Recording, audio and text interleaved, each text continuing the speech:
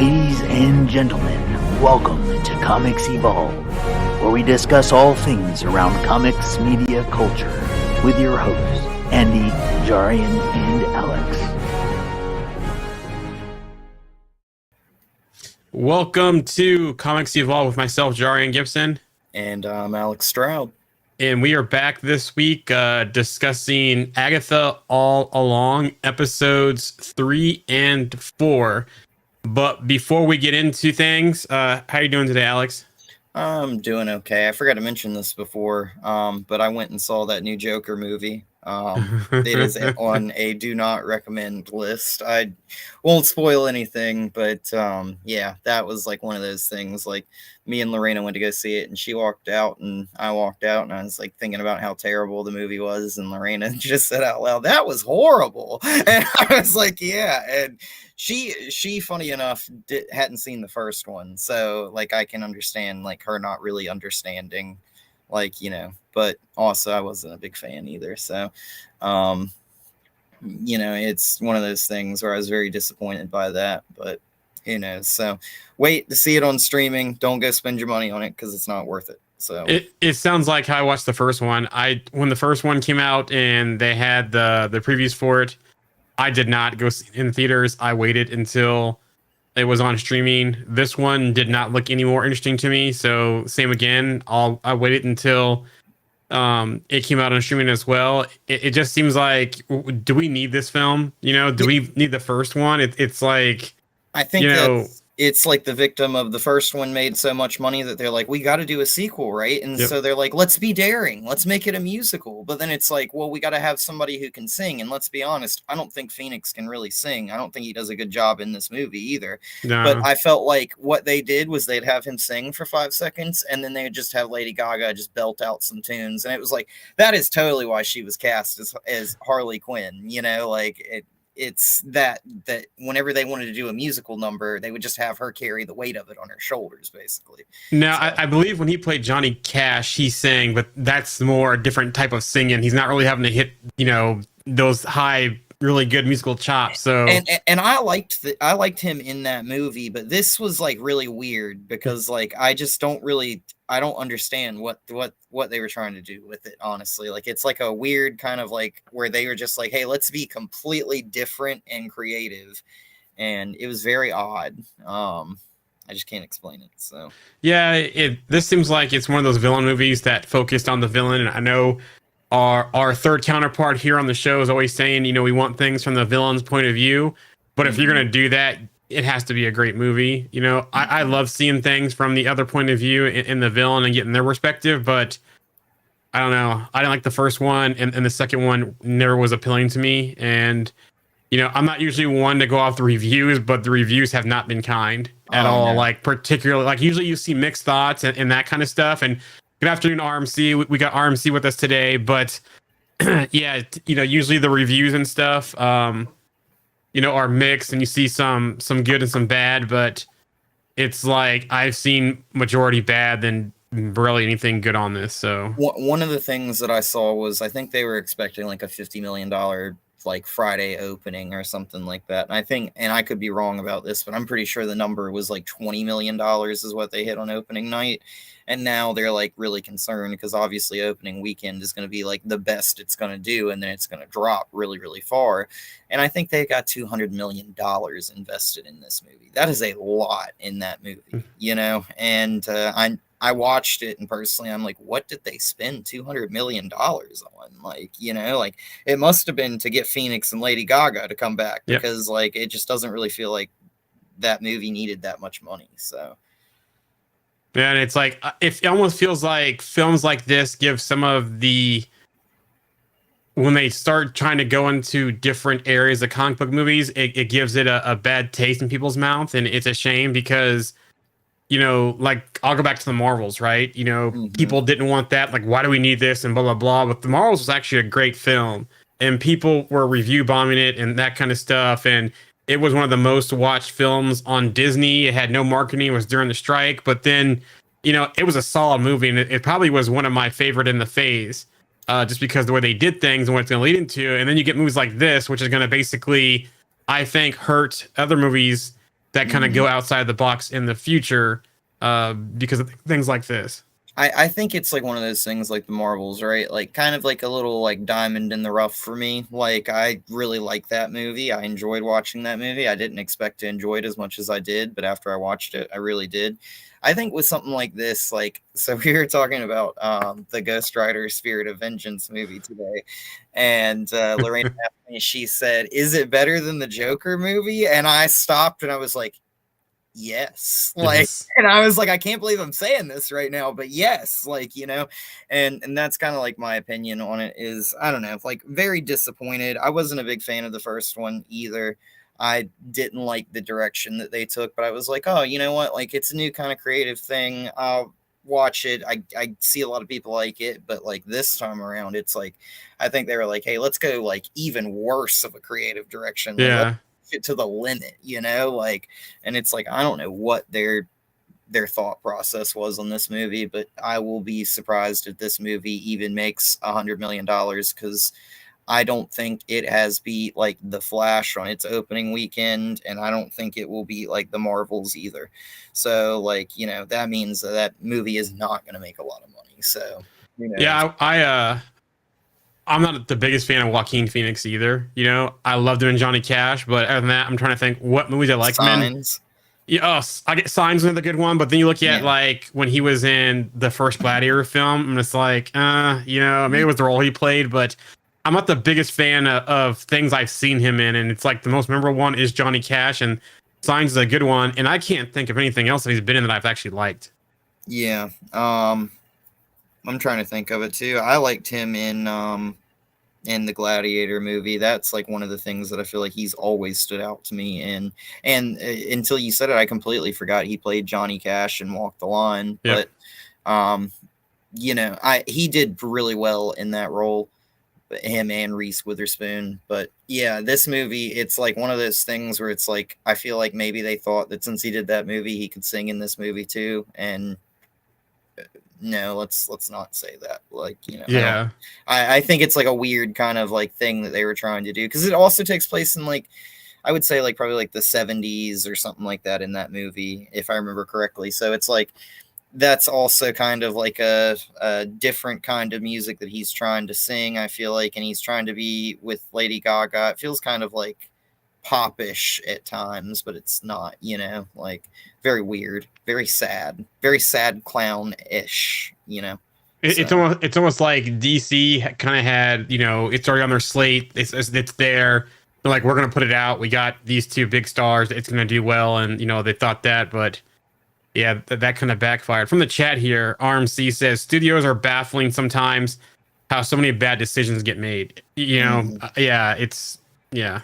So yeah, and I'll say this too, like I love Lady Gaga. She was in American Horror Story, and I love the seasons that she's in. But like in this, I was like, after I walked out, I was like, they totally only hired her to sing for this. Like that was they didn't care about, like, she could have played another character, to be honest, and like it wasn't really even Harley Quinn to me either that she played. So it was like, you know, one of those things is like a weird spin on the character. But yeah, I mean, after watching it, it's like one of those things like, did we really need to do this at all? And I hate musicals, so I'm kind of biased in that way, you know. I actually love some musicals, but I won't go into that. Yeah. But I'm trying to think. I haven't watched American Horror Story yet. It's on my list to watch. I'm trying to think. What have I seen Lady Gaga in? I think the most memorable thing, which she's actually great in, was like the second or third remake of A Star Is Born, where she starred with Bradley Cooper. I think that might be the only thing I've seen her in, and she did great too. But it's also it's a musical movie. You know, they're musicians. But I think she did great in that as well. I just don't know.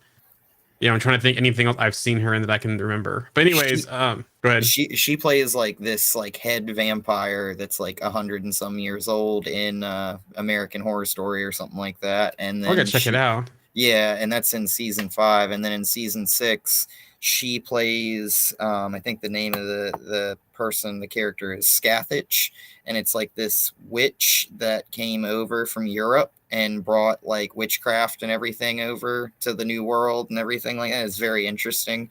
So like she's like some witch out in North Carolina that's like running around like and it's got stuff to do with the blood moon and everything. Very creepy. She always plays really creepy roles. So, in American Horror Story. So, I thought that she'd be a pretty solid choice, but I did not like the script. It's like at the end of this movie, I'll just say this: it's like it just goes. It had like a little bit in the air, and then it just goes straight down. You know, like it feels like they just take a nosedive right there towards the end of this movie, and very disappointing. So let's see how well it does. But at the end of the day, don't go waste your money on it.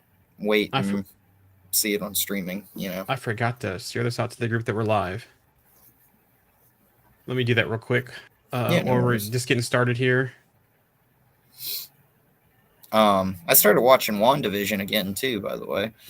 Yeah, there's some chatter about that little WandaVision universe. We'll talk about that when we get to the news too as well. But go ahead with your thought. It was just funny because I was watching it and I don't know, like I feel like I wasn't as fresh on it as I had been. Like I didn't realize that the last time I watched WandaVision was probably years ago because it came out in 2021, right? Yeah. So yeah, so like rewatching it was pretty funny. Just watching that first episode over again because I just made it just barely into the second episode, and I think I'm gonna probably watch it kind of side by side with Agatha, so I kind of got it like fresh in my mind, you know. So like as we make it through more episodes of Agatha all along, I'll kind of like piece more things together because I don't remember what it is at this moment, but there was something that immediately like made me think like, oh, that's going to be a nice little connection if they do that connection in Agatha all along. So I'll be interested to see what happens with the rest of Agatha all along after I kind of finish rewatching WandaVision, just for the simple fact of it's been so long. I don't remember very much of it. I remember the ending and everything, but just watching some of the time periods will be cool. You know? Yeah, and it looks like they're doing that as we get over to Agatha episodes 3 and 4. Mm-hmm. They're doing that as they're going through their trials. And as I said in our chat earlier, that right now Witch's Road feels like, you know, you got to pay the toll troll type of thing from It's Always Sunny from Philadelphia from the Dayman play. I was going to say they're going to have Nightman and Dayman that are going to have to fight and they're going to have to stop or something like that, you know? Yeah, it definitely is. And what's weird is it does kind of feel like in its own weird way, like this Agatha show does kind of take place on the Witch's Road at like different points in time, right? Yep. Like it feels like there's different points in time that are like elements, and like in the fourth episode, it felt like what, maybe the 70s or something like that. Yeah. And maybe like modern times and the first challenge or whatever they had on the Witch's Road. So it'll be really interesting. I feel like they're probably going to play on that element from WandaVision of like the changing of the eras and stuff like that throughout. So yeah, it seems like with episode 2, we ended off with them just getting on the Witch's Road. In episode 3, they ended up in that house where they had the clue there. And they all had to drink the wine, which you were saying we're giving him the Botox type look. The bad Botox look, you know. And it was actually a poison that they had to solve, that kind of stuff. And it looks like Mrs. Hart, you know, and then they ended up saving Mrs. Hart and they had to figure it out. And I thought the cool thing too, the teenager, he used the Savi to do the potion to get it at the right temperature and to boil it. I thought that was pretty cool. And they had the full moon of it and it being at the water phase and how the oven opened and the water came gushing in. They were underwater. I love and that kind of stuff. About, like, I'm not going in that oven. I know what happened to the last witch, and it made me think of, what is it, Hansel and Gretel? Yeah. Like, dude, that is so funny. Like, that was a clever line. I like that.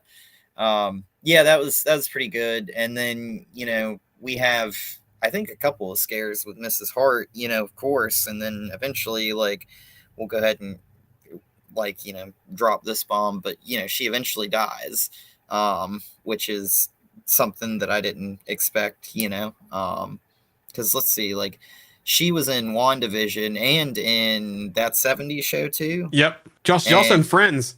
Yeah, okay. Yeah. And Friends. So she's been in a lot, and I thought they were gonna keep her around for a lot longer in this show. I was very surprised by that. And who knew she might pop back up, because we did see Rio pop out of her grave where they buried her. So yeah, my first thought was, I was like, she must be Mephisto, and she's gonna like come back up or something, like, and appear, and yeah, or that was Mephisto, and Rio Vidal will actually be Mephisto that came up out of the ground, because you know what I'm saying, like that would be one of those funny moments where it's like it was Mephisto playing dead to change into somebody else and come. I'll tell you right now, stay away from the Funko Pops for this show. Don't look at Funko Pop stuff, because it will spoil who the teenager is, which I think everyone pretty much knows who the teenager is by now. Yeah. But Rio, who she actually is. Yeah. And so that's interesting as well. But speaking of Mephisto, Jennifer Kale makes a Mephisto reference in episode 3. So everyone's like doing that Leonardo DiCaprio pointing, gif type thing as well. And then we see that we're getting some more clues what happened with Agatha's son, Nicholas Scratch, which we think he's trapped. I think he's trapped to Senior Scratchy right now. But the Darkhold shows up in the bassinet where the baby's crying. So, leading to more that she did some mischievous stuff and traded her baby to Mephisto to be like a agent of Mephisto or whatever, to be able to get the Darkhold. So the Book of the Damned.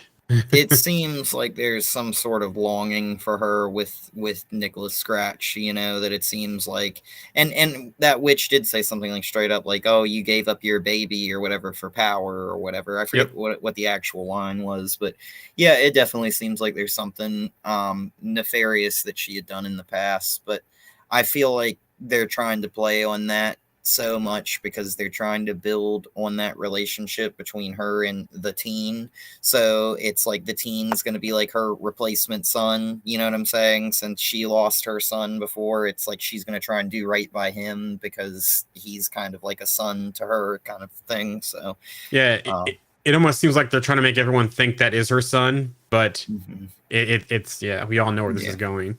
From the chat here, RMC says everything has meant something. I like that one. One of the things I liked the most was episode 1, where Agatha was trapped in her own show.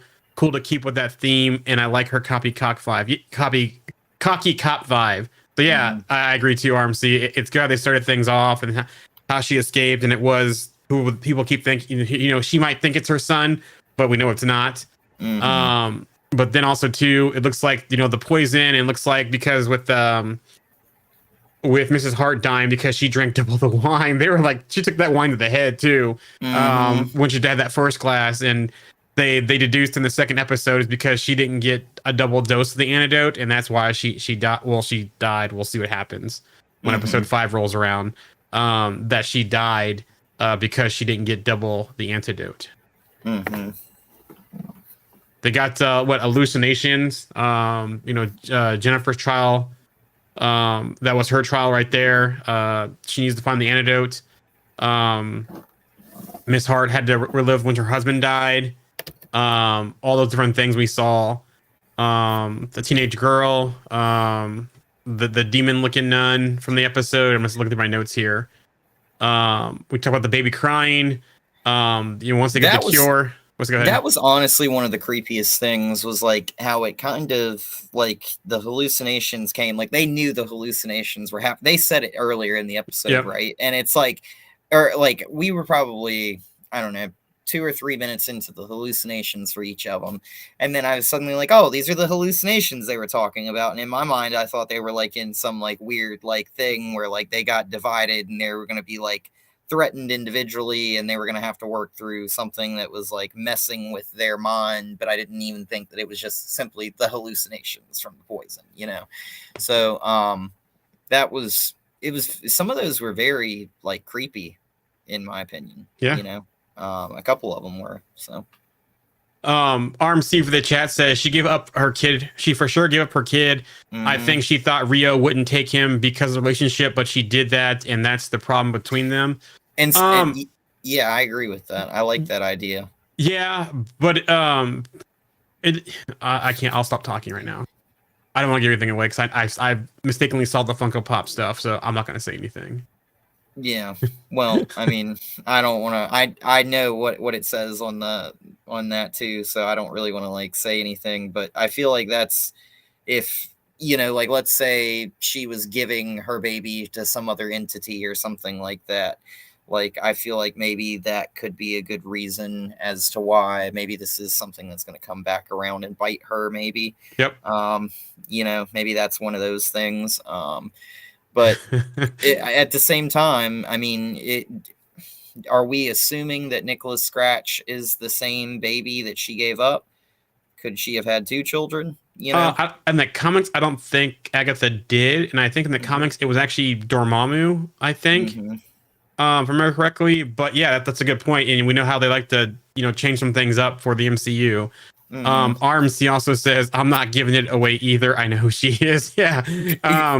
Because like I feel like in this show, I feel like Nicholas Scratch, for some reason to me, I expect to be older than like a baby. Right. Yep. Like, so like, that's where I'm like her son's room in that show was like something that maybe like a 12-year-old boy would have or something. Well, right. Maybe it's like, so you've seen those things where, and even they do this in other television, and I'm sure, and I don't know anyone personally who's lost a child to whatever and that kind of thing in that situation, but there's some things where you see like the room stays still. It's like a time capsule, right?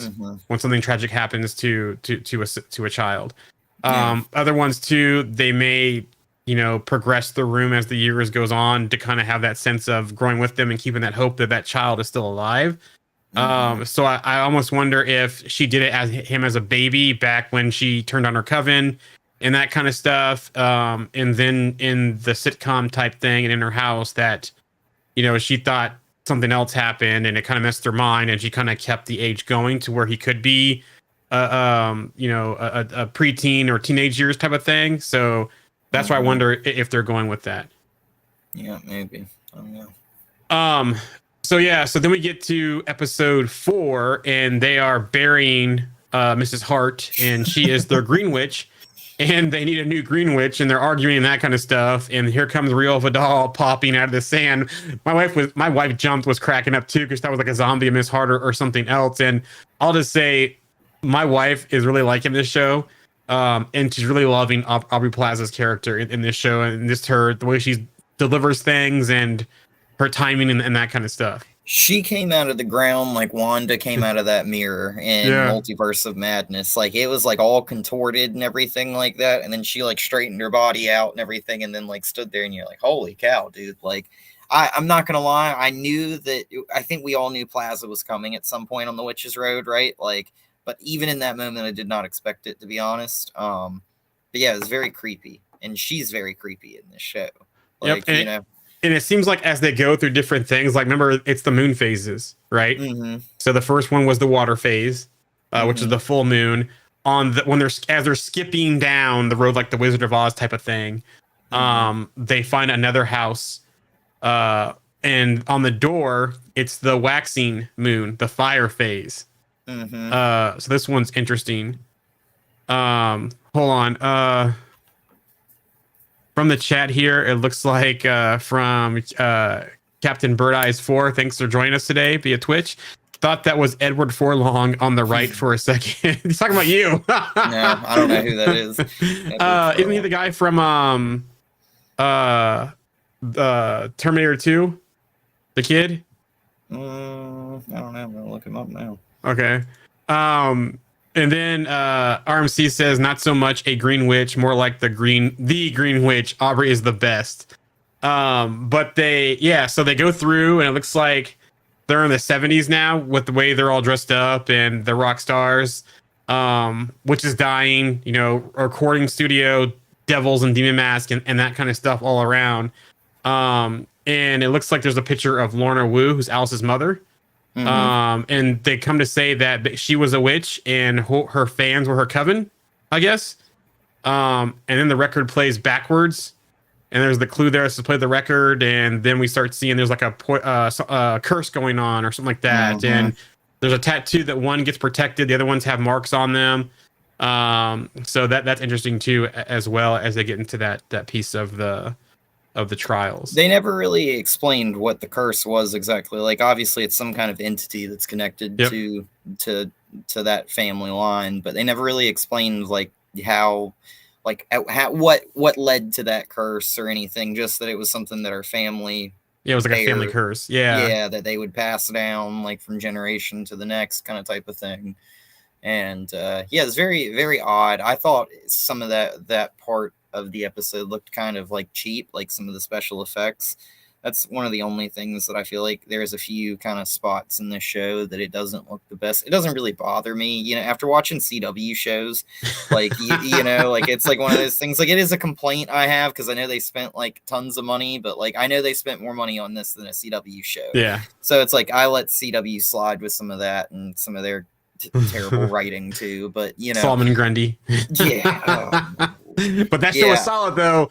Well, that show was solid. Wait, you're talking about Stargirl. Stargirl, yeah. So that one was actually on the DC streaming service, but it did end up over there on the CW. But yeah, that was just because they used practical effects for that show, which was a huge success. I would like to add, it was very good the way they did that.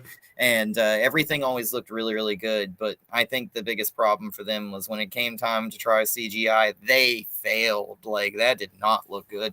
And it's so funny, too. They brought that character back, and they continued to try and do more CGI. And it's like, dude, you should have just left it alone. Left it as it is. Yeah, like, so bad. So the record they play, The Ballad of Witches Road by Lorna Wu in The Coral Shore. Other songs, Mary Mary, Red-Haired Woman, Cinnamon and Sage, Flick of the Wrist, and Swan Song. So they get the metronome going. The trial begins. They get the burning sensation by two of them. I think with Jennifer Kale and Lilia, whatever her name is. Lilia. And so there's a protection circle that gets drawn around the Alice, the family curse. And then there's the marks that Jen and Lila have. So that was interesting on their shoulders. And it's funny that they call him the teen, you know? Yeah. But he's attacked. There's the Lorna's ballad version of the ballad, extra lyrics, which was the protection spell. Protection spell. I can't talk. For Alice. And then so she has to play the version of her song to save them. And we learn, and this might have been in episode 3, but I could be wrong, about the teen has a sigil on him. And that's what it is. And Agatha mentions that whenever a sigil is used, which I felt like this is going to be one of those things that it's going to be like one of those things like when she taught Wanda about like the warding and everything like that. I feel like it's going to be very kind of similar to that, where it'll be like the sigil thing will end up coming back up towards the end of the episode. Obviously, probably related to the teen or maybe something else too. But that whoever cast the sigil still wouldn't be able to like know what it was in regards to. So like I thought that was really interesting because obviously we don't know who cast that sigil, and obviously I feel like this is going to play into something. Maybe it'll be one of the challenges on the Witch's Road in the future episodes or something, or it'll probably come up towards like the finale or something, I feel like, you know. And so also another thing that's interesting too is that how they left the first house through the oven, which typically in the oven you're going to be like hot, you know, cooked on fire type of thing. They go right into a fire trial. And so this one they leave via a piano. And so I wonder what the next that's going to be, like something musical or something. I'm trying to think what else it could be for them, even though this was a musical one and they go through the piano, but I wonder what that's going to represent for the next trial, or if that was just something for the first trial. Man, I hope we don't have many more musical episodes. But we see there's a fire demon in this one that they kind of defeat, it looks like. And then welcome. We have a new subscriber here, so welcome. Get Your Geek On Network. Thanks for joining us. And thanks for subscribing too as well. But then looks like, you know, the teen passes out, and so they have to make a healing potion. Again, Jennifer Kale. It seems like she's the potion lady here in this to help out. And then so what else was in here? There's that Jennifer Kale reveals that she's a 11th generation root worker and midwife. So that was interesting. So more kind of her background, and yes, they did change up Jennifer Kale from the comics, but Yeah, they did. there's still some parallels there. Mm-hmm. You mentioned the sigil. It looks like it's also you mentioned the sigil too. Wasn't that similar to the thing that Doctor Strange did for Peter Parker in No Way Home as well? Because you said that the person doing it doesn't remember, and Doctor Strange performed that, so everyone forgot who Peter Parker was. Mm-hmm. And isn't that a parallel there too as well? Or am I overthinking that? I guess so, but I mean, I like one of the things I also thought about too is I think it's in like the Danny Ketch run. It's like him and his sister or something get in some trouble with like some bikers, and he's like running through a junkyard, and he touches like a sigil that's on a motorcycle or something. And it's like that's what turns him into like Ghost Rider for the first time is the sigil itself. I want to say I think they specifically call it a sigil. Okay, and that's what I like. That was where my brain went first, you know. So it's very weird. I feel like maybe sigils. I don't know how all. It doesn't really matter, honestly, like how they can do it. But I mean, they can. It's like magic, right? It can be anything that they want to do, right? but the one thing that does matter is it can only be destroyed. I think they stated in the episode, if I remember correctly. So yeah, it has to be broken, like, in some way. So it makes me wonder if down the line, if the Doctor Strange one for Peter Parker will get broken in like Secret Wars or Doomsday. Maybe even Doom destroys it, so everyone knows who Peter Parker is again, and that can cause some chaos. And see, I think it was like eventually learned, and I could be wrong about this, but the reason why Danny Ketch broke the sigil on the bike was because he was actually the half brother of Johnny Blaze, kind of type of things. It's like bloodline kind of type of thing. So, very interesting. I'll be curious to see what they do, which I mean, I guess is kind of a similar thing, right? If you think about it, because like it seems like the teen. I'm not going to say his name, but it seems like he's got one on him. So. So here's from Get Your Geek On. The sigil is different than the spell because the way he is muted when speaking, rather than just them completely not knowing him. It's chaos magic from Wanda or Fist. That's a great point. I feel exactly, because the mouth thing, like he's like, what was that when like Wanda did to Black Bolt? Oh yeah, take his mouth away. Yeah, it is quite similar to that. I didn't think about that. Yeah, so.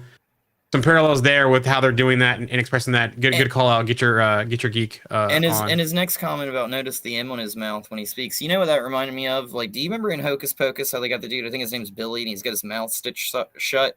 That's what that also. Yeah, that's a good point too. So, like, I feel like maybe that was them maybe trying to make like a similar kind of pop culture reference without actually doing it, maybe to kind of make you draw some sort of tie, maybe to Hocus Pocus or something. Who knows? And so the teen asked Agatha what happened to her son, and something in the comments about her, you don't know a person's name to know who they are. That was interesting too. So I think at this time she might think he's her son, or she's his son, or she's her son. I can't speech issues today. That he's her son, type of thing. And so the other thing too is there's a vampire bite. Lily has a vampire bite at the end of this episode. So I wonder how that's going to play in too.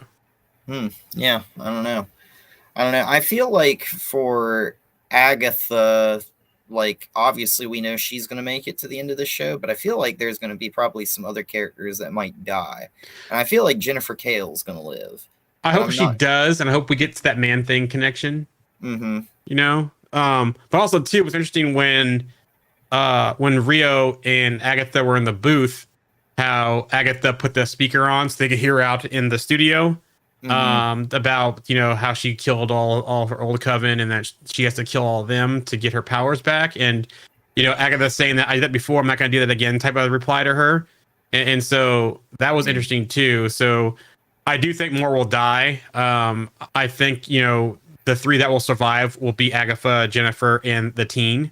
I think everyone else is pretty much probably done for. I don't think anyone else left is really important to go forward or anything, but I think the three are. Here's a question. What are your thoughts? Get Your Geek On Network asks, what are your thoughts on rumors that Aubrey Plaza is actually playing Lady Death in this show? I have no comment. I mean, I will just say there are a couple of weird coincidences. Like after they bury Mrs. Hart, she comes crawling out of like where the dead body was, right? Like, so Yep. that seems pretty interesting. She like had a couple lines with Agatha where Agatha makes a comment about how, you know, like she just wants death, and she's like, no, you know, like you want to get your power and I just want the bodies basically and stuff like that. So I feel like they're making the breadcrumbs definitely being laid Well, for that to be a possibility. when she Right? showed up and attacked Agatha early on, and those like ghost type things were in Agatha's house, you know, Mhm. the time we know that too. I mean, there's a lot of hints there that that's where she could be. Mhm. So RMC Yeah. goes. I'd agree with that assessment. Yeah. So And you're on a good thing there with that. But you know, we'll see how it happens here. I'm sure it'll get revealed sooner or later. there's also a kind of like thing too that like if she was, I think there's kind of like a metaphor that's being played on like that Agatha's basically intimate with death, right? Mhm. Like, and that's one of those things where it's like she's killed a lot of people, she's hurt a lot of people, and She she's wants the kind book of, of the she did it for get the book of the damned. yeah, You like know. she kind of dances with death in a Yep. way, and that's kind of where like I think that kind of also fits too. So Reminds me of that Joker thing. You ever dance with the devil in the the pale devil in the pale moonlight? moonlight, yeah. Yeah. But back to that vampire bite. I think Rio said it was a scar from a scar from a long time ago or something like that. That she Mhm. or no, I'm sorry, I'm confusing that up. The scar, her scar, Mhm. Rio's is a person that she loved a long time ago, which we know that there's something between Which I feel like is Agatha. It's got to be, right? Rio and Like, Agatha. because she stared at her the whole time Yep. while she Yep. said that. So it's like, okay, it's got to be Agatha, right? And then the final thing of the episode here is that Agatha, like I said, thinks that a teen might be Nicholas, but Rio says the boy isn't yours. Mhm. So we know from that there you go. We confirm it that the teen is not Nicholas Scratch, and the teen is most likely more related to somebody else that we know that's not in this series Another right witch. now. Another witch, yeah. Here we go from RMC.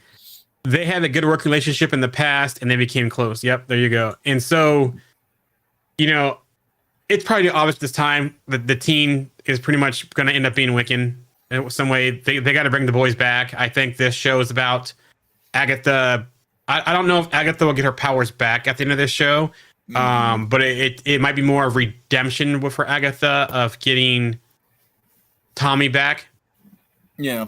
And then I think the Vision series will be about. It's Tommy, right? I always get the twins mixed up.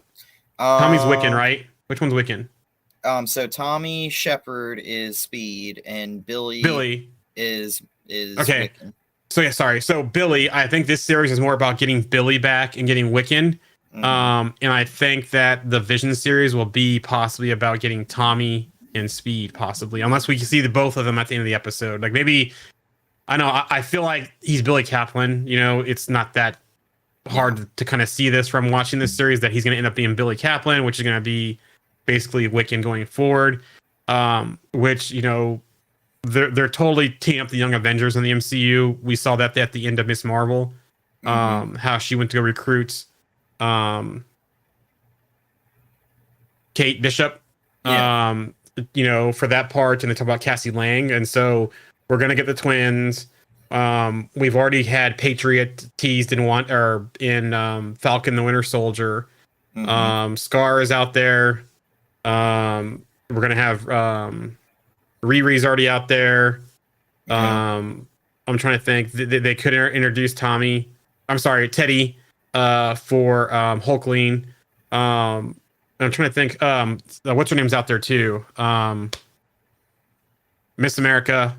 America Chavez, yeah. Yes, America Chavez is out there. So it seems like they could have a team together, and I wonder if it's leading into some kind of Young Avengers type series or movie. You know, that's part of the slate here coming forward, because maybe they'll have to get involved at some point. Mhm.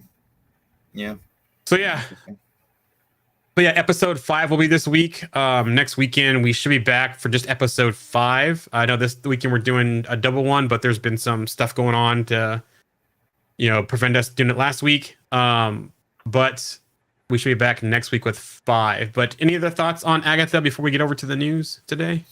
Yeah, I mean, I'll just kind of throw this out there. While we were discussing this, I thought it was really odd that at the same time that the Joker movie comes out, they're doing this Agatha show that's also a musical at Marvel. So it feels like I've gotten like 100 times more musical than I wanted, and I'm sure by the end of this show that'll be probably like 1,000 times, but that's okay.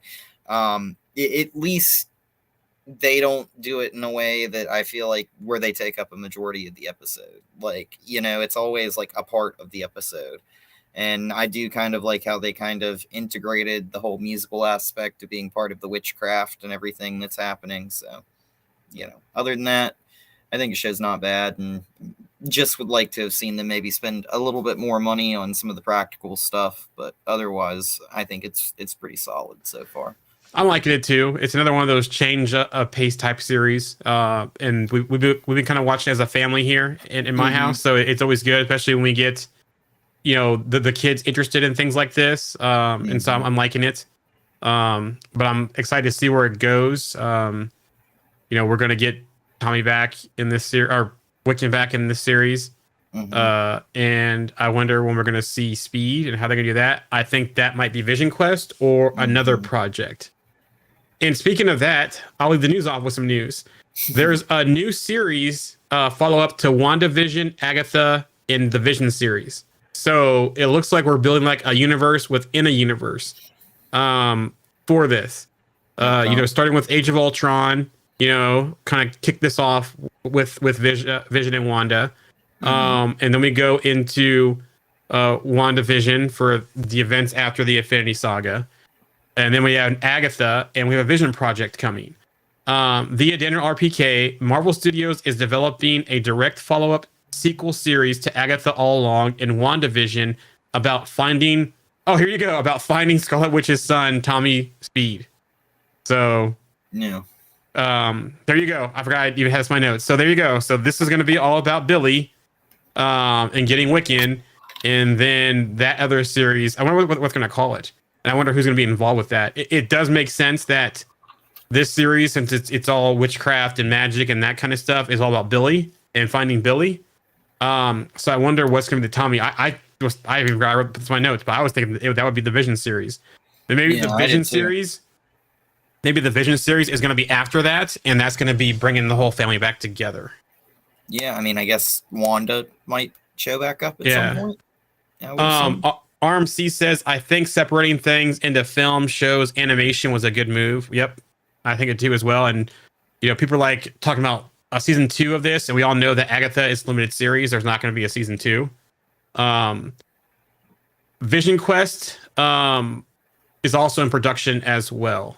Yeah. So I think one of my biggest problems with the whole animation side of Marvel right now is I can't believe that they're going to end the What If show, right? Like after season 3. Yeah, that could have been the dumping ground forever. And you could have done 3 episodes for a season, 75, 23, however many you wanted.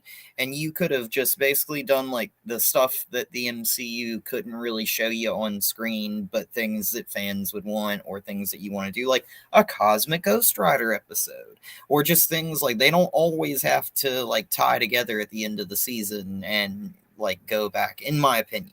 Like they can do just like individual things, and I think it would have been really interesting. Like imagine that 12 seasons deep. Like you would have good episodes and bad episodes, but there would be a lot of stuff that they could do that like didn't need a TV show and didn't need a movie. Yeah, because you can contain things, and you don't have to have all the what if stuff connect, right? Like we have so far. You can contain things to a single episode. It's almost like Tales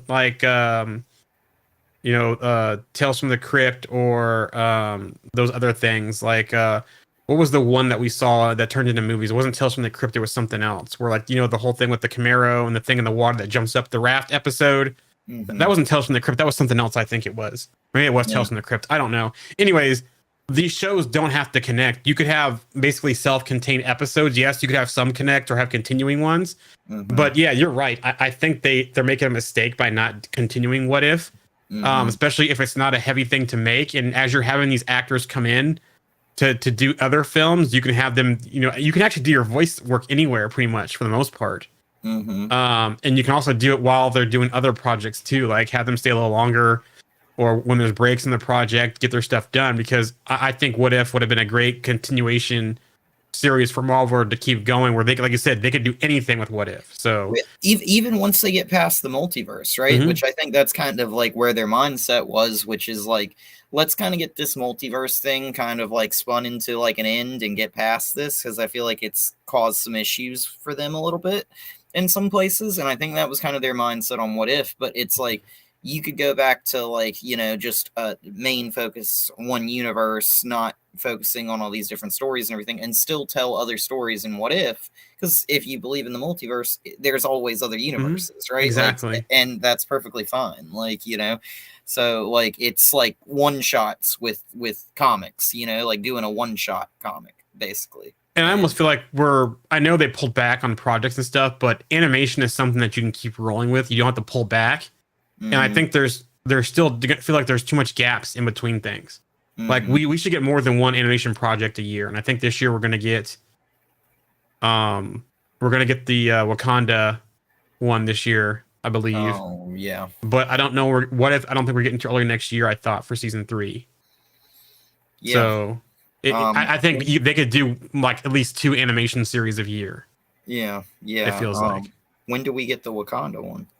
I think it's coming this fall. I think it's going to be coming here pretty soon. Okay, so I think Agatha ends like around Halloween or something. Yeah, like that. so like I think October 30th or the end of the year we're going to get the comics. I thought Wakanda was coming this year. So probably like November, December. Yeah. Maybe? Okay. Yeah. Okay. Huh.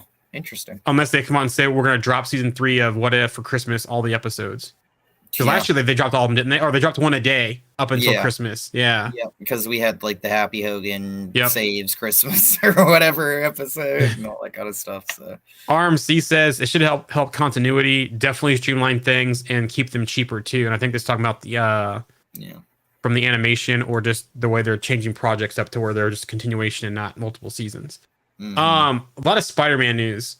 Via the Geeky Cast, Sony will now start notifying Marvel Studios about their usage of Spider-Man related villains in their projects.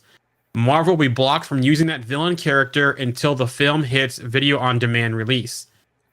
So what does that mean? Kraven can appear in the MCU. Morbius can appear in the MCU. We don't know. Rhino can appear in the MCU. So it almost sounds like with them starting to do Spider-Man filming, I think early next year or late this year. I have news on this too. So my notes here. Sorry, I'm getting ahead of myself. That we could possibly see Kraven in that film if they wanted to, but it sounds like they're changing things up for Spider-Man.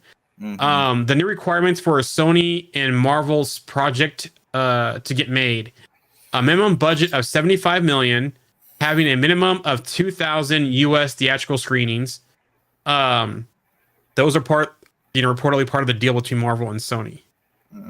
Via production list, according to it, the production on Spider-Man 4 is slated for January 2025. So I feel like movie budgets are just so huge now that I feel like it sets things up. So like I know it's a minimum $75 million budget, but if you could stick to that $100 million mark, I feel like that's the sweet spot right there for movie budgets. Like these like $250 million budgets, $400 million. And we're not even talking about advertising, because sometimes like on a $250 million movie, they spend another $100 million in advertising. So it's like, to think about it, it's like you're setting yourself up to have to go out there and make hundreds and hundreds and hundreds of millions of dollars. Like, and I think like movie theaters get a good chunk of like all the ticket sales. So it's like, even with the box office, you're not making all the money.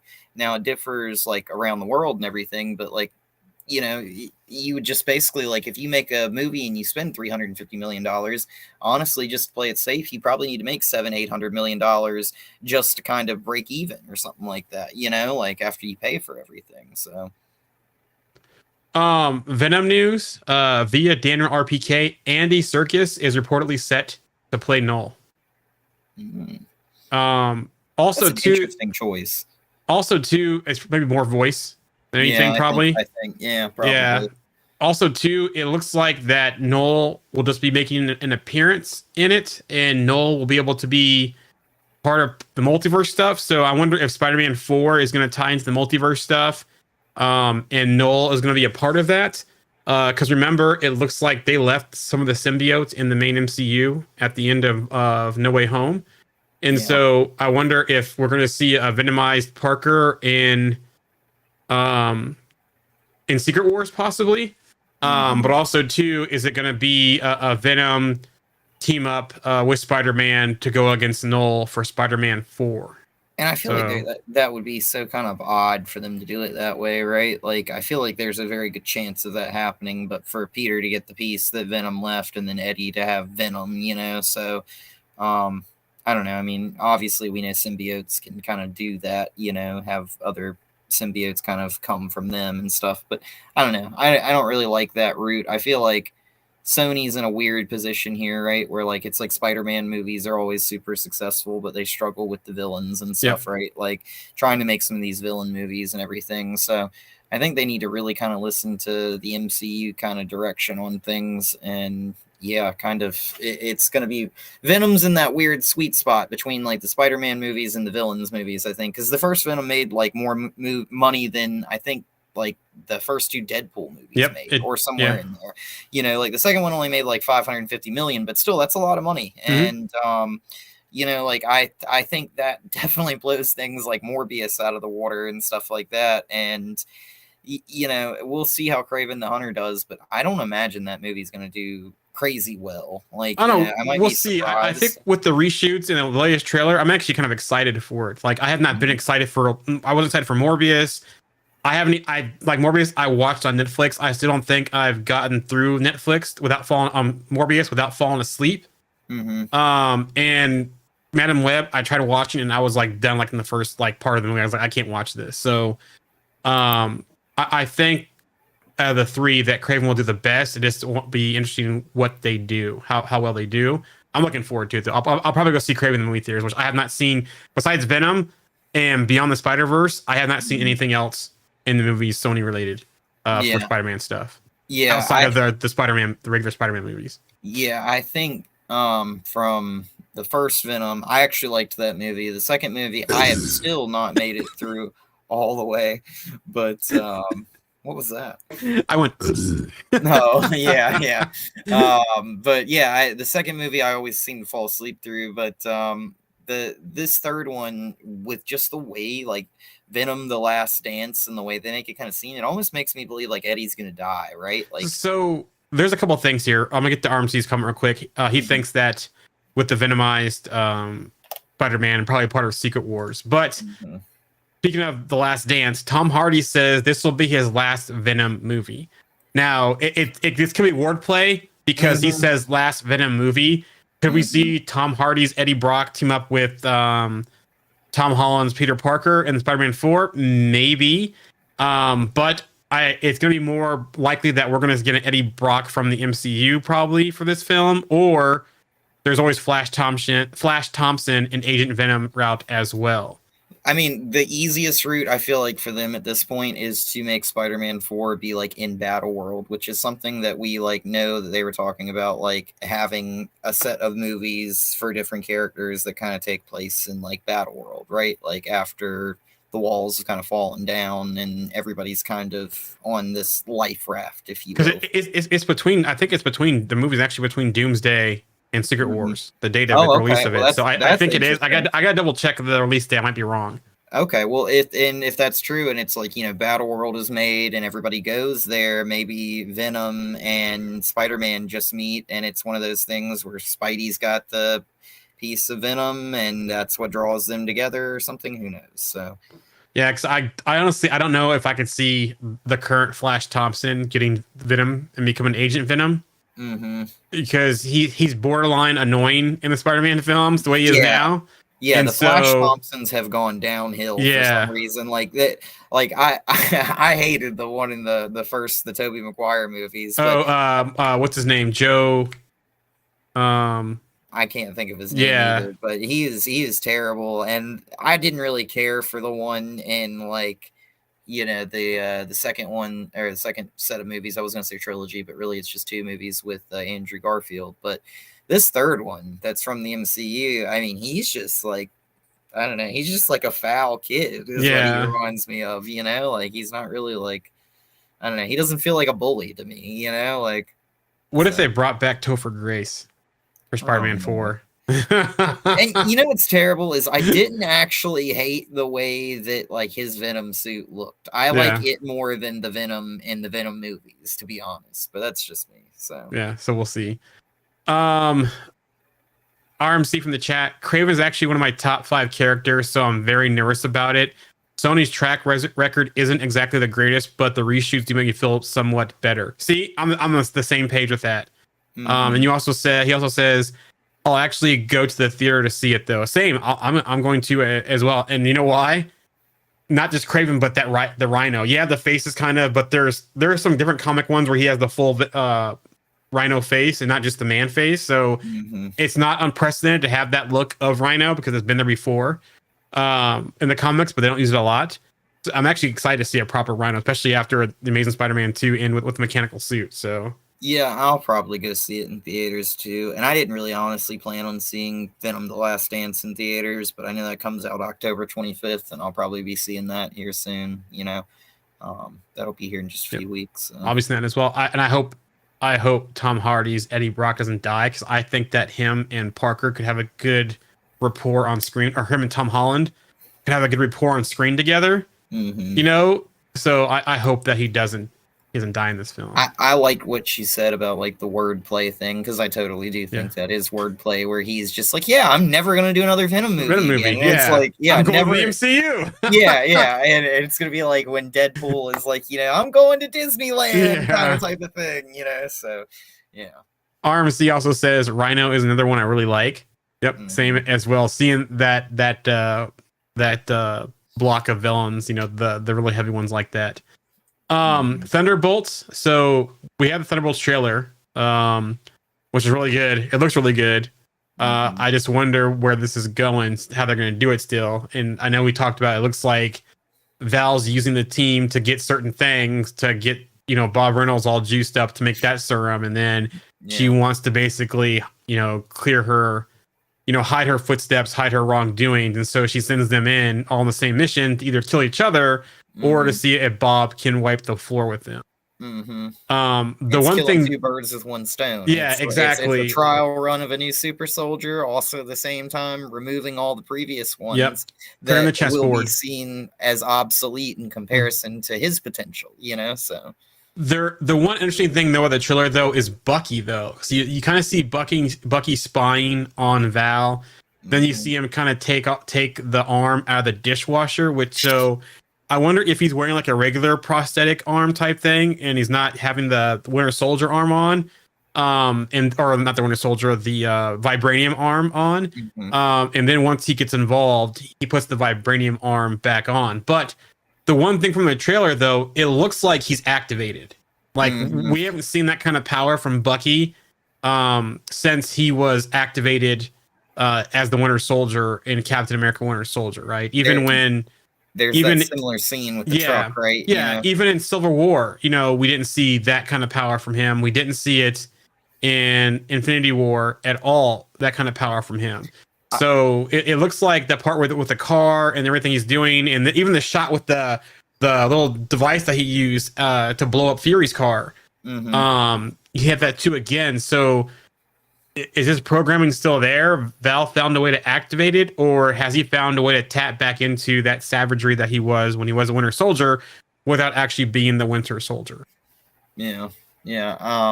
I still love the idea that I had previously on another podcast that he would basically get his arm ripped off by Bob and then go home and get the spare out of the dishwasher and put it on, you know, like that'd be just, it would be one of those like serious moments, and they're like, well, where's your other arm? And he's like, let me get it. He just opens up dishwasher, grabs it, and puts it on, you know. That would be so hilarious. But yeah, it'll be really interesting to see what they do with this movie, and how I think this movie is going to kind of be parallel to that new Captain America movie, right? Like, because it seems like it's got the Thunderbolts movie's got some Captain America the Winter Soldier vibes in it, but it's not a Captain America movie. And we know that there's another Captain America movie that's going to be coming out at a very similar time. I think it's right before, right?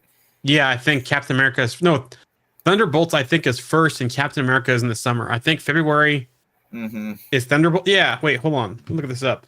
I know one's in February, one's in the summer. Okay. Let me look it up real quick. Thunderbolts release date. I mean, regardless, they're both going to come out at like similar times. I feel like, So you're right. Captain America is first in February, and then Thunderbolts is in May. And see, I feel like in the Captain America movie, this is all going to be about, like, can Sam still be... I feel like we're going to have this battle with Sam in the MCU for a little while, because it feels like it's been ongoing. Is he still capable to be Captain America without the super soldier serum, yada, yada, yada.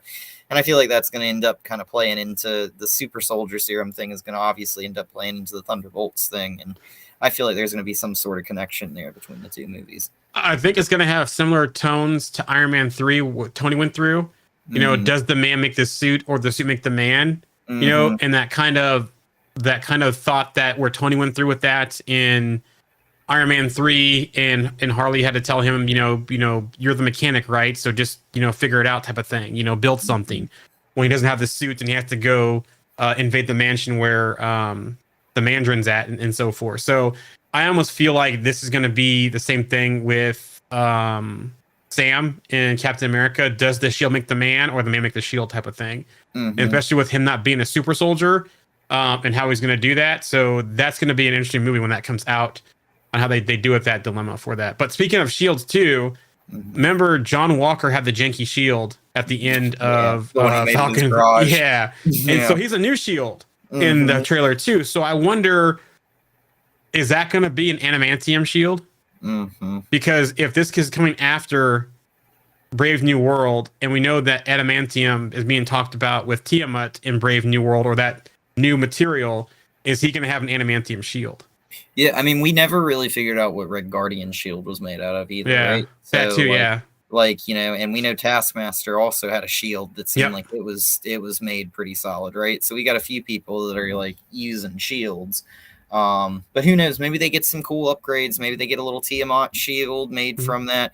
Maybe Cersei's to blame from the Eternals. Maybe she made adamantium. I still love that idea that we've discussed before and everything. And, she made adamantium as a byproduct of putting Tiamat to sleep. And yeah, I mean, I'm sure that there's probably a few different things out there, but obviously we know Sam's got, Cap shield and everything, but I'm sure that they'll probably come up who knows? Maybe we'll get to that point to where this is all about getting adamantium and stuff like that out of that. I feel like they're not going to go that route in the Thunderbolts movie though. Maybe that's going to be like a Captain America thing, or something like that. So RMC says actually looking forward to both Captain America 4 and Thunderbolts. Now, we also have a synopsis here. The official synopsis is Marvel Studios and a crew of indie veterans who sold out present Thunderbolts asterisk, an ever-errant team up featuring depressed assassin Yelena Belova, Florence Pugh, alongside the MCU's least anticipated band of misfits. Now, this does seem like the asterisk is going to turn into Thunderbolts Dark Avengers, because it does seem like whoever survives this film, that the world's going to think they're the new Avengers team, when actually it's kind of the same thing from the comics where it basically turns into Dark Avengers. Scarlett Johansson is credited as an executive producer on the project, which I think she still has another Marvel project she's working on as well. Sebastian Stan via Jimmy Kimmel Live clarifies whether he embodies Bucky Barnes or the Winter Soldier when he fires at the team in Thunderbolts. I think a bit of both. Hopefully they don't kill each other, and maybe I don't kill them first. So there you go. What? It's such a non-answer. I don't like that. RMC says, I thought the Dark Avengers all along. LOL. Yeah, it's gonna be something like that, or maybe they'll change it up. But it seems like it's gonna be a Dark Avengers vibe. I do hope Geraldine Vishwanathan is Songbird, because it sounds like her name is the way her assistant and that kind of stuff, and maybe she ends up being Songbird. Yeah. So I hope they do that. I'll also say this. I also just because I always think of the Black Sabbath song, like Thunderbolts Into the Void, if we get the Void with Sentry, what I'm saying? I feel like that would be kind of cool.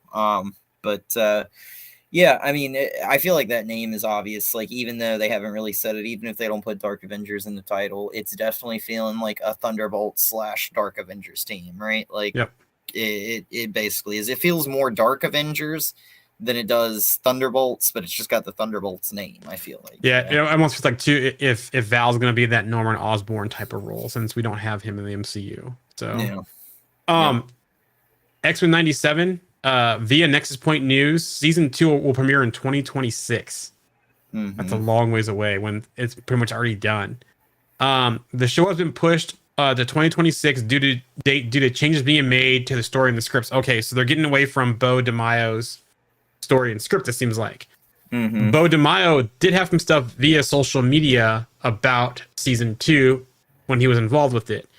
He says it will have 9 episodes. He revealed that Marvel Studios has abandoned his plan to introduce Onslaught in season 2, which they kind of set up at the end of season 1.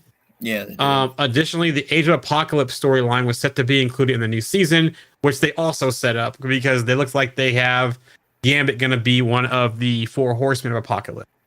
And the way they went to different timelines of Apocalypse as well, which I hope they stay with that storyline because it looks like they were setting that up. So I don't know. Season 1 was great, of it. I hope they don't get too much away from Bo DeMaio's plan because it seems like you're laughing at. Yeah. No, I'm laughing because I love the end of season 1 because Beast cracks me up because when they end up in that, you're just like, oh no, like this is just so bad, and Beast just goes, oh dear, like that's exactly typical how Beast. Yeah. I'm just like instantly like you couldn't have picked a better line in that moment because like me watching it, I'm like, oh no, like this has gone so wrong, and that's like how his response is. So. I think they definitely set it up for a great next season, right? But I love how they ended that. I hope they don't get too far away from it because, like I said, season 1 was great, and I understand with them parting ways that they probably want to make sure things are okay for season 3 and going forward. But you need to figure out how to do that while not getting too much away from his story because I like the details of his story. Jeff Bridges talked about possibly returning to. Wait, let me go to the chat real quick. Weren't the first 2 seasons written before DeMaio's departure? Yes, they were. He was already working on season 3, but now it sounds like they're changing season 2. So we'll see. Jeff Bridges was interviewed and he talked about returning to the MCU. He said about returning as Obadiah Stane, which he could via flashbacks, or he even could still be out there, and we could see that as if they still do Armor Wars, that would be a great theme for Armor Wars. Yeah. Obadiah Stane falls into the big vat at the end, and the script I read and agreed to do, they pull my suit out, they open it, and I'm not there. Who knows? It's all science fiction. I can maybe pop up again. So I liked that rumor too that we had a long time ago about like his son popping back up and potentially being, because like he was a smaller villain in the comics, but it wasn't like a big villain. But that would totally be one of those Zeke Stane, things. Right? Yeah, I think that's his name. It's something like that. But you could totally have him be like a villain to like Rhodey, and it'd be one of those things where it's like the two people, like he's carrying on his father's legacy, Rhodey's carrying on Iron Man's legacy, and it's like the next 2 are challenging one another. And you could even have like an injured Obadiah Stane who's like severely injured from what happened, and his son helping him. But also remember too, the scientist that was working for Stane was also in Far From Home working with Mysterio on the drone stuff as well, who also got away at the end of Far From Home. So you could have that, I can't remember his name, Ralphie from A Christmas Story, the same actor. You could have him in the series getting together with Stane, also getting together with Justin Hammer, and that could be your whole premise of Armor Wars. So but yeah, so we'll see. Something interesting to keep an eye on. RMC back on X97 says, I think they'll stick with it, referring to DeMaio's plan. Maybe change a few things for future seasons, but that's it. Yep, I agree, and hopefully they do that route. Brave New World. So Giancarlo Esposito was on the Today Show. He confirmed that his character will have powers. So he basically is Sidewinder. Was he Sidewinder? Yeah. I think he's Sidewinder, yeah. So I think he could have probably, he's getting back with the leader, who was Mr. Blue in the Incredible Hulk, who was already experimenting with Banner's blood and helped Abomination get over that hump to where Abomination is. So he could have made another gamma type of super soldier serum, and that's how he has his powers, right? Yeah. They could also, so I think that's where it's going to come from. I think he's going to have ties to the leader, and so that'll be interesting to see as Brave New World comes out next year. Daredevil. Let me see. RMC goes, yes, he said no one would guess, but I did, LOL, as far as who he was playing. Daredevil news, Dario Scardapane, sorry if I pronounced that wrong, the showrunner for season 1, will serve as the executive producer for season 2 of Born Again. There is some Amadeus Cho news out there via Daniel RPK. Logan Kim, who's in Ghostbusters Afterlife and Frozen Empire, has been cast as Amadeus Cho. So something to keep an eye on there. Doctor Strange 3. There's a rumor going around that Doctor Strange 3 is in development at Marvel Studios. Doctor Strange will become a villain in the future, and reportedly Sam Raimi is in talks to direct Doctor Strange 3, which he did great with Multiverse of Madness. So, and of course, we're gonna get Pizza Papa. No, I'm saying we're gonna get Bruce Campbell in some role, probably in this film too, as well. Yeah. I hope they continue with the story of Clea and going over to her dimension and Dormammu, because that's multiverse, that's multi-dimension. You know, they still could play into that without totally scrapping what they teased at in the post credits. I kind of do still hope that they find a new Clea, though. Yeah. I will say this though. I really liked in What If what they did with like the Supreme Strange, and how it seemed like throughout the multiverse there was always like Strange always seemed to be like trying to get as much power as possible, and I think they should really play into that aspect. And that's how he becomes a villain, right? Yeah, and we saw the evil Strange that he killed in the one universe. So yeah, and we saw that, like, you know, he got the Darkhold in the 838, and he used it to defeat Thanos, but was basically corrupted. So they wanted to, and same thing kind of has happened. I don't think he was corrupted. It was more that he was causing incursions because he was sleepwalking or dreamwalking, what they call. He was a threat. Though, yeah, he was a threat. Like they needed to get rid of him, and that was why they were going to kill that Doctor Strange when he went to the 838, was because they were like, hey, ours was a threat, and that's the problem with you Doctor Stranges, you know, basically. And yeah, I feel like, you know, at the end of that second movie too, he gets that third eye from using the Darkhold, I assume, and everything like that. So it seems like, you know, there's something else going on there. And yeah, I think they should kind of play a little bit into the What If episodes. I mean, they just ended a season with Supreme Strange being a villain, you know, in What If. So, like, you know, it turned out you thought he was like a hero, and him and the Watcher sort of became friends, and then it turns out that he's actually more of a villain, you know? So they can kind of do something very similar to that, in my opinion. Also, too, Mordo was still alive at the end of Multiverse of Madness, too. He just had him trapped in their chamber for the Illuminati, and we don't 100% know if Captain Marvel is dead in the 838 as well. So they could potentially rebuild the Illuminati in the 838 and also go after Strange as well. Find some way to get across universes, and go after Strange too, also for revenge. Even though that wasn't Strange's fault, he tried to warn them. Yeah, that was Wanda's fault. Going on to Star Wars, via Daniel RPK. Cal Kestis will reportedly make his live action debut in a Disney Plus Star Wars project. There was also some chatter today that there possibly could be an Obi-Wan season 2 in the works too, as well, that I saw earlier today. DC news, we have a Hal Jordan for Lanterns. It is going to be Kyle Chandler, which I think is a great choice for him, being that mentor to Jon Stewart. And I still think they're still trying to figure out who's going to be their Jon Stewart. I think they came down to a couple actors, and I think one of the actors is the guy from Rebel Ridge, which I really liked. I think he'd make a good Jon Stewart. So we'll see where that goes. I think I saw something. I mean, obviously, I think that's going to be an older Hal Jordan, right? Yep. I mean, obviously, by the casting. But I think I saw something, and it was like a casting call that they were looking for somebody like around like 30, something like that, to play Jon Stewart. So I assume that Hal Jordan will probably be like late 40s, early 50s or something.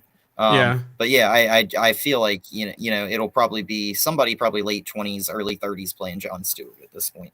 So and Kyle Chandler's a good actor. You know, he was in Friday Night Lights a long time. He was in the King Kong movie.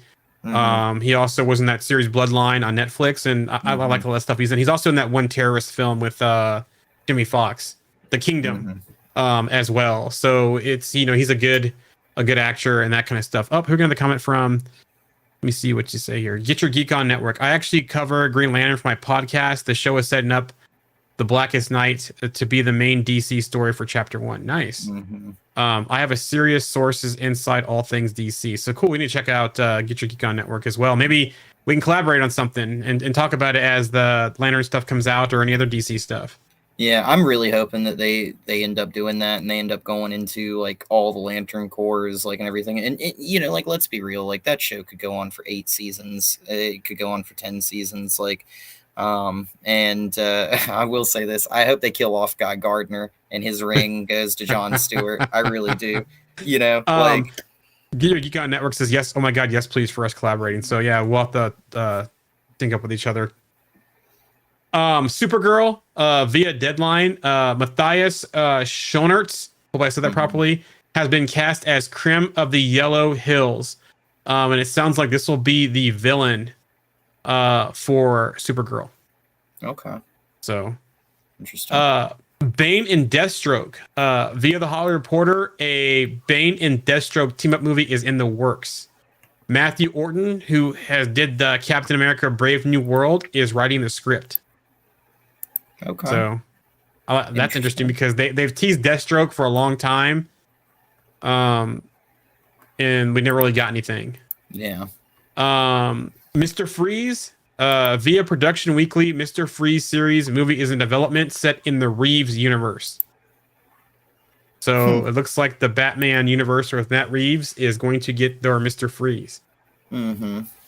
Teen Titans, via Variety, Anna Noguera, Supergirl Woman of Tomorrow, is set to write a Teen Titans movie for DC Studios. So I wonder if this is going to be live action or if this is going to be animated.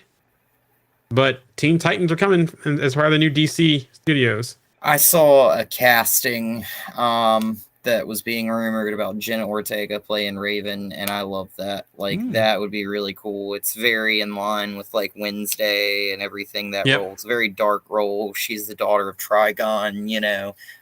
So she's basically, like, half demon. She's demonic, you know, whatever you want to say. But, yeah, she's got those, like, really supernatural-ish ties and very cool character. And I think Jenna Ortega would eat that character up.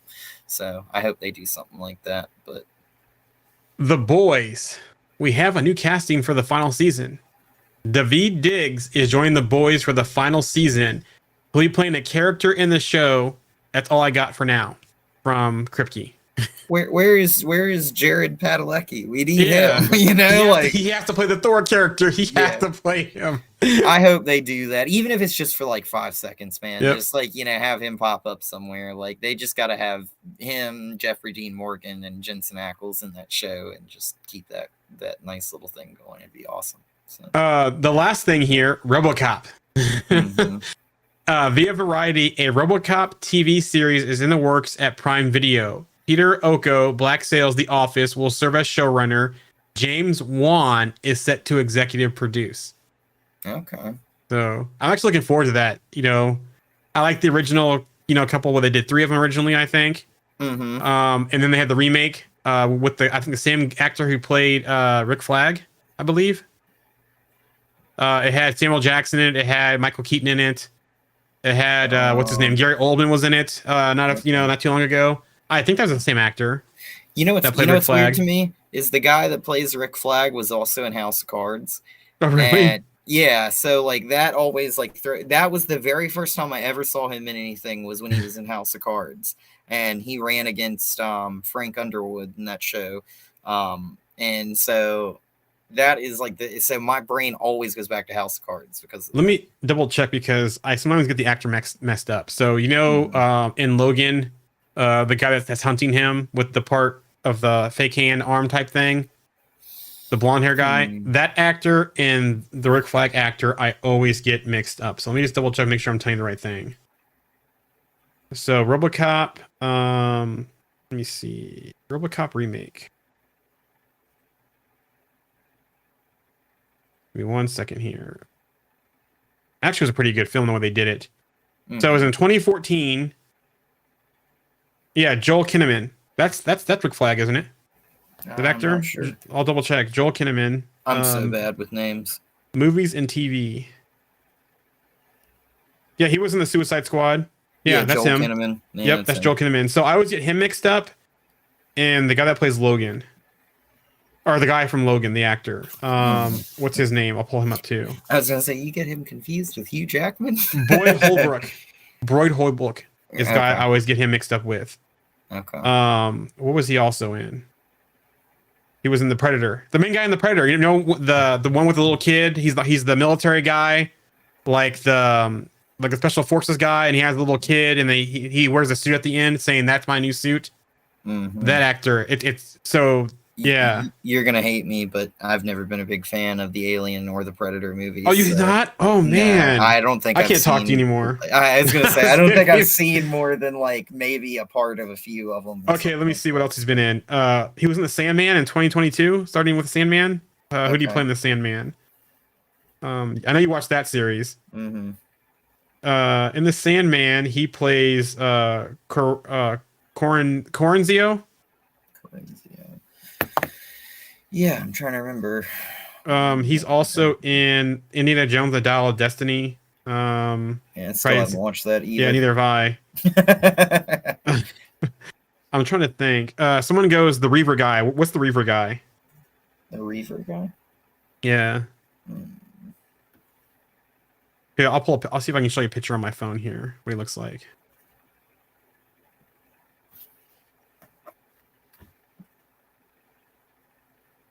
Let me unplug it. So that is Boyd Holbrook. Oh yeah. I know who he. Yeah. Okay, yeah. He played one of the nightmares in Sandman. Okay.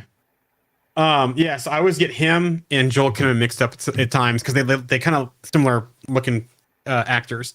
Anyways, that's all of the news we have for today. Anything else before we close out, Alex, for today? I can't really think of anything.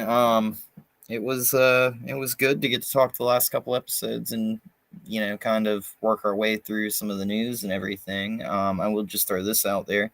I'm incredibly excited about that Green Lantern show. I was really excited. That was something that was in the works before, like, the new leadership at DC took over. They originally had cast Finn Wittrock from American Horror Story to play Guy Gardner, but I think with this, I'm really glad that they kept that on the slate and they're going to keep doing it. And I can't wait to see what they end up doing. And they need to bring every Lantern Corps. They need to do everything.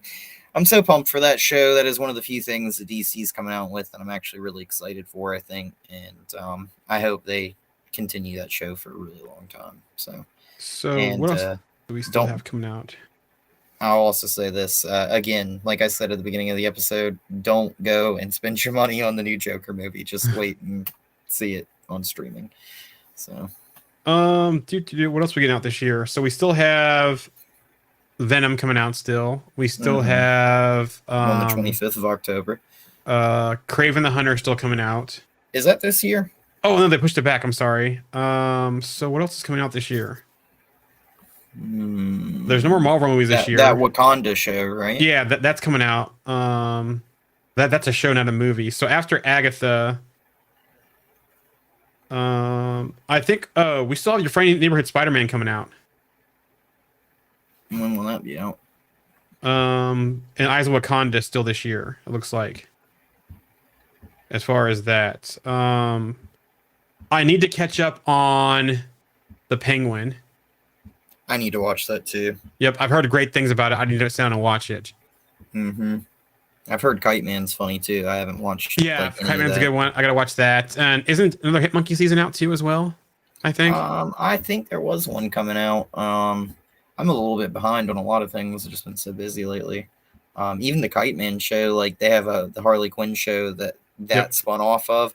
I'm not caught up on that show, and I feel like I need to finish that show before I start watching Kite Man, to be honest. So, not that I think it's important, but you know what I mean. So, well, it seems like with it getting towards the fall and winter, those cold days hanging out inside, got stuff there to catch up on. So we'll have to cover some of that too as well. Yeah. Nothing else for me today. I just want to say, those who follow us, please make sure you follow the page on Facebook, Comics Evolve, so we can stream back to the page. We can hit that minimum threshold to the stream again to the page. Also, too, you can catch us Comics Evolved in usual places: YouTube, Twitter, Twitch, Trovo, Kick, the Facebook page, and the Facebook group. If you're listening to us via where you listen to your podcast, please like, subscribe, give us feedback, all that good stuff. We appreciate all the support. We should be back next week with Agatha All Along episode 5. So we will see you same time next week. See you guys.